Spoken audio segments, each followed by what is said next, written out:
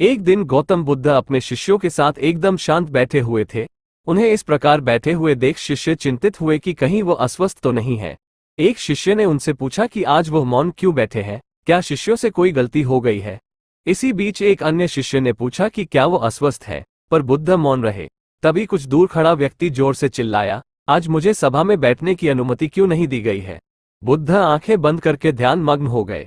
वो व्यक्ति फिर से चिल्लाया, मुझे प्रवेश की अनुमति क्यों नहीं मिली। इसी बीच एक उदार शिष्य ने उसका पक्ष लेते हुए कहा कि उसे सभा में आने की अनुमति प्रदान की जाए।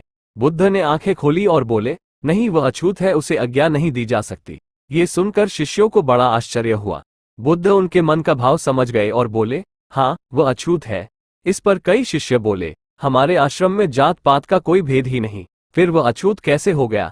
तब बुद्ध ने समझाया, आज वो क्रोधित होकर आया है। क्रोध से जीवन की एकाग्रता भंग होती है। क्रोधी व्यक्ति प्रायः मानसिक हिंसा कर बैठता है, इसलिए जब तक वो क्रोध में रहता है तब तक अछूत होता है। इसलिए उसे कुछ समय एकांत में खड़े रहना चाहिए।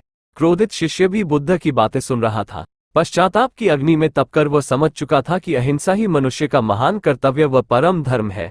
वो बुद्ध के चरणों में गिर पड़ा और कभी क्रोध न करने का प्रण लिया। शिक्षा। आशय यह है कि क्रोध के कारण व्यक्ति अनर्थ कर बैठता है और पश्चाताप उसे बाद में होता है, जिसका कोई लाभ नहीं मिलता। इसलिए हमें क्रोध नहीं करना चाहिए।